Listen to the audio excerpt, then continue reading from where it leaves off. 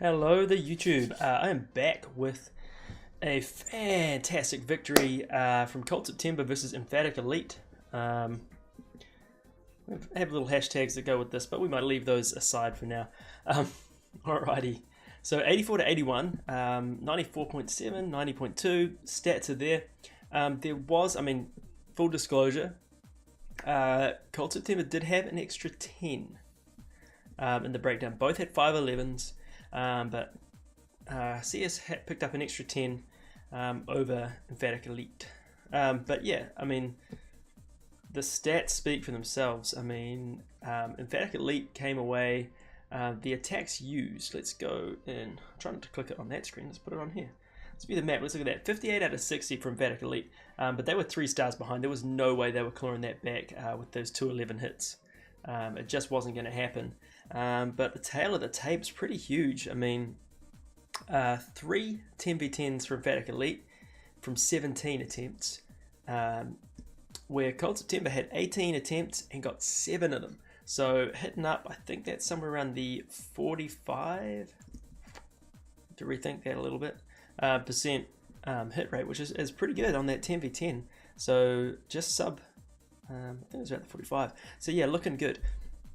Moving down, not as high on the 9v9s as we would like, so definitely things that the guys want to improve on and build on week to week, which is really good. But taking away the positives, 7 10v10s is really good to be coming out of a war like that with a 30v30. So what we'll do is we're going to jump into some attacks. So got a lot to get through, but like I say, we came away with the win, man.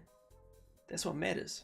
So let's go through and have a look at some of my favorite hits. We're going to focus on the 10v10s today, and we'll also show the most heroic of the hits, which was a 10v11 2-star, just because I think there's some really cool stuff we can learn from that.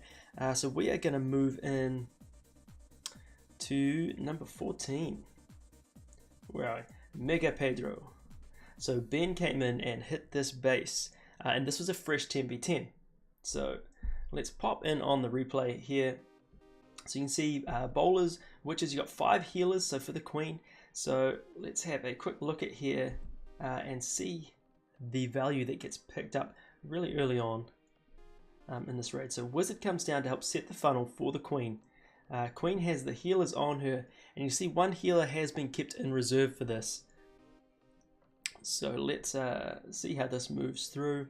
So I'll try not to pop too much on the microphone, but we'll go through this. So the queen walk, pretty standard, can have a couple of archers there helping to just move that queen along the base. Don't want her getting too distracted and sitting left and right as she goes down that wall. So a couple of bowlers come in just to speed that up a bit. Archers were going a bit slow, and this is going to help. So queen's going to keep moving along here, picking up that value, and you're going to see troops come in at the 9 o'clock as well, just to help trim that side, and then everything is going to push through the middle of the space. You can see 2 jumps to get through most of it. We're going to pause it as we get through and that second jump comes down, just so you can see all the value that is available in the middle of the space. So poisons are down for the CC, queen is stepping up, was taking heat, but those bowlers are doing work. Second jump comes down, CC's down pretty much here, just that baby drag's going to take a couple of hits from the queen. But look at the value. Storage is about to go down, but at this point still has a healer in the bag, and bomb tower is going to go down. From this jump on this compartment, everything here is accessible by those bowlers as we move through. On the outside, just that one wizard tower, but the bowlers are going to step up to get that.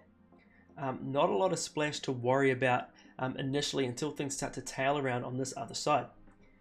So all that value coming down. There's the enemy queen. She's going to get taken out pretty quickly here. And at that point, basically this cleanup on the side, so those bowlers and witches are going to roll their way around the base so that they can meet up with the kill squad again as it pushes through. So let's carry on real quick with this.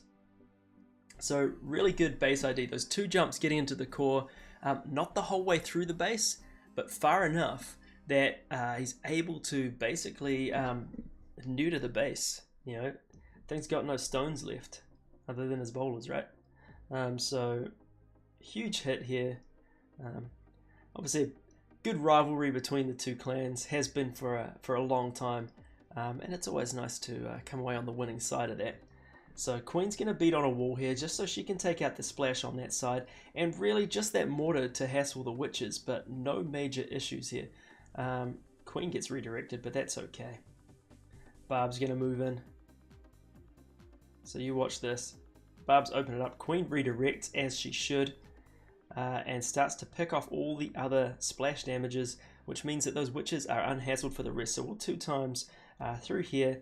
Just that Tesla, and that's going to get picked off really easily. Queen had ability right through to the end. So just massive fresh hit. So really good base identification, knows what he's doing, picks it up really easy. So we will move through. Let's have a look here. I wanted to show these 2 hits just because it's insane. Let's see Hood's hit here on 15. Boom. We got to shout out my boy Hood. Guy's a legend. A legend on defense. Obviously, legend on that 10v10 grind. So here we go. Looking at this base, pretty uniform. But look at the army composition. 12 bowlers. Also has the CC there. Wonder what it could be. And 11 Valks.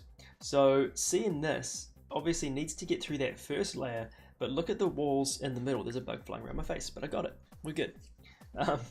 Those walls there are not going to be an issue with those rages for the Valks. Going to be able to bully their way through that, especially with the bowlers and heroes in hand.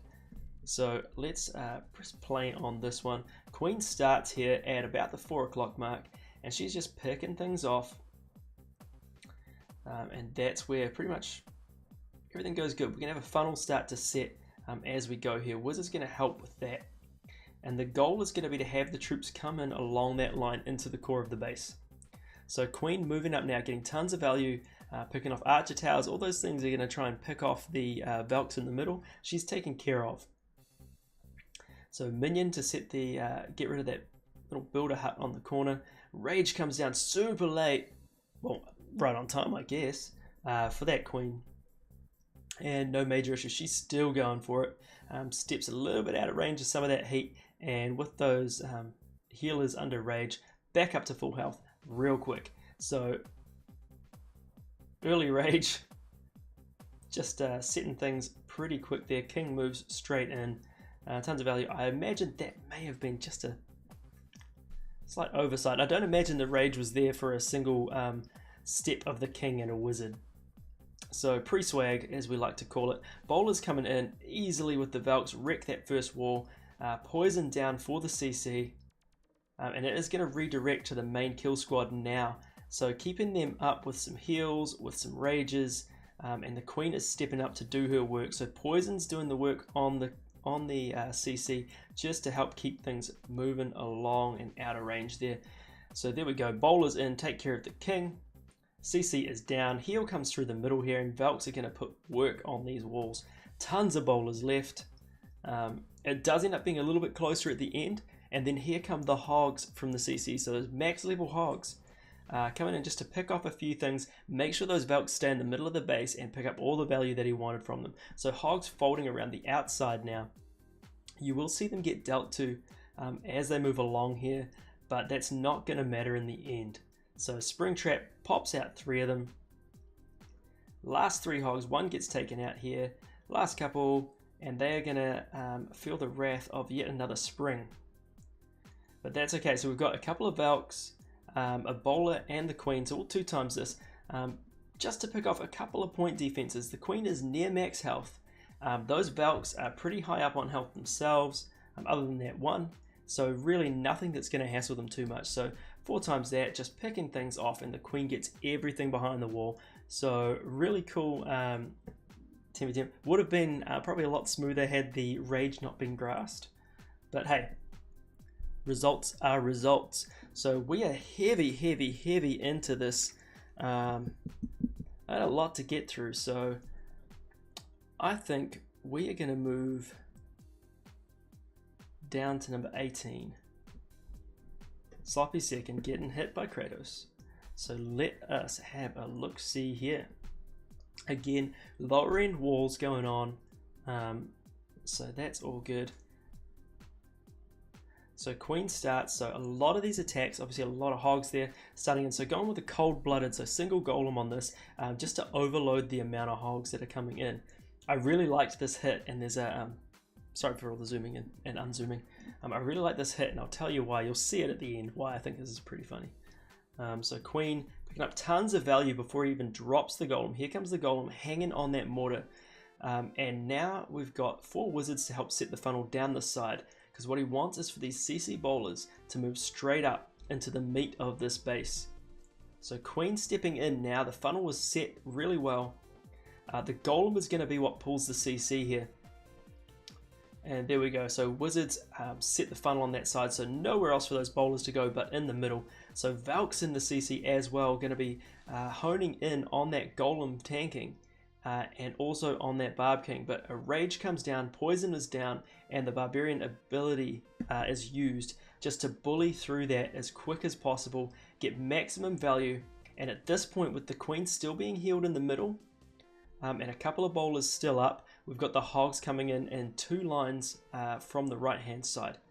So heal comes down, and they come in straight on the king, which usually you'd be worried about, but apparently Kratos don't care. So moving across, those heals just moving systematically along that line, just maximum value. You see the pathing on those hogs was so reliable that just in that line it was really easy to just drop the heals in a line and have them move the whole way along. So King is still chasing them down. Skelly's not really an issue. Double giant bomb, but while they're in that heal, no worries. So a couple of spring traps. Queen steps up to do the assist. But just look at this, couple of hogs still up, and it's all clean up from this point. Queen still has ability, and we've got hogs filtering around the outside. So Queen's just beating on walls all day, all damn day. So we're going to 2 times this. Obviously, it's like 40 seconds worth of cleanup, which can be a bit painful. But just have a look. This King, max health, still full, and cleanup rolling around the outside. Well, 4 times that. And so what about that King? What do we do about him? Well, the answer is nothing.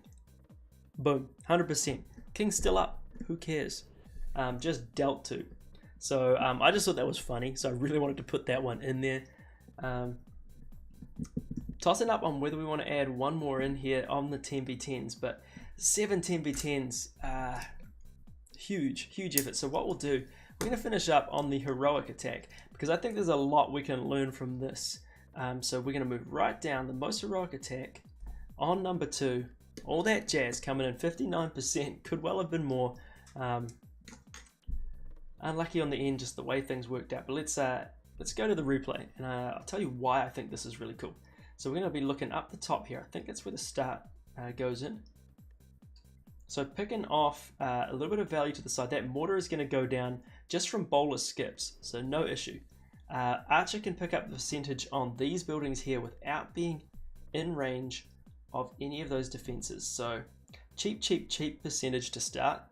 And the really interesting part is you're going to see for a 10v11, things that can hose you. Seeking air mines. Because baby drags make such a good portion of cleanup and percentage that you got to watch it. So a couple of giants come down first, baby drag behind. Another baby drag up top as well, and you'd think, oh, it's going to end its rage. But what happens is that balloon goes in there to distract any of the seeking air mines and soak that up so that the baby drag can get the value that he wants. So baby drag's going to do the work on the Grand Warden, and that is done. So now the rest of the raid is going to start here. So Archer's still picking up percentage and not worried about that at all. Time to move on. Golem comes in with some bowlers behind just to set the funnel on one side. Second golem comes in, hangs on that mortar. Third golem comes in for the Archer Tower, and now it is time to bring in the main part of this kill squad. So Rage comes down. They're more than ready to go through everything here. Through the wall. And now look at this. A jump comes down to that core. Not a lot of heat on the core, really, considering how much damage is going in there. So at this point, it looks like a mess. CC has been pulled. There's about 3 spells stacked on each other in the middle. The CC did sort of split on him, which made that a little bit harder. But you look at that, Queen full health, still got tanking in the golem. Bowler's just hiffing rocks like a boss. Look at him go. Man's a hero. So let's play this out here. Bowler's in, gonna move in, take care of their king still in, and tons of work being done in that core. Eagle is down at this point. Queen steps up to get the core done. So 53% has the 2-star still climbing. So Loon comes in and Baby Drag behind. Basically to set that tank and make sure that no seeking air mine was going to stop him from picking up all this percentage around here. Easy percentage. So you might think that you're losing the rage ability, but the balloon's going to drop pretty quick and it is going to save you from losing your percentage straight away. So really cool things just to pick up on. Now looking for a place to drop in to pick up a little more percentage, but unlucky. Just look at that overlap. Just. So yeah, couldn't pick up any more unfortunately, but 59% 2-star. So the main thing in there was set a really good funnel and using a couple of troops to distract initially so that the baby drags get maximum value. So huge work from the guys. I didn't get to see to show some other 11v11s. You know, this one here, where are we? On Jumper. Jumper took 5 hits, to be fair. 5 hits on that base, so good job, but did get 10v10 tripled in the end. Like I said, 7 from the guys, just amazing work. Timo's one, that was a fresh triple. Hood's one, which was different Kratos. So many hits this war that could have been shown, and unfortunately we're running out of time. So yeah, thank you guys for watching. Obviously Cold September coming away with the win midweek, and we just want to transfer that to next week. We've got a CWL bye week this week, so next week coming in we want to take away that victory in the weekend for the wars that matter. So let's do this. Thank you guys again, and hopefully you learned something and had a bit of fun with this. But until next time, keep clashing and keep having fun, guys.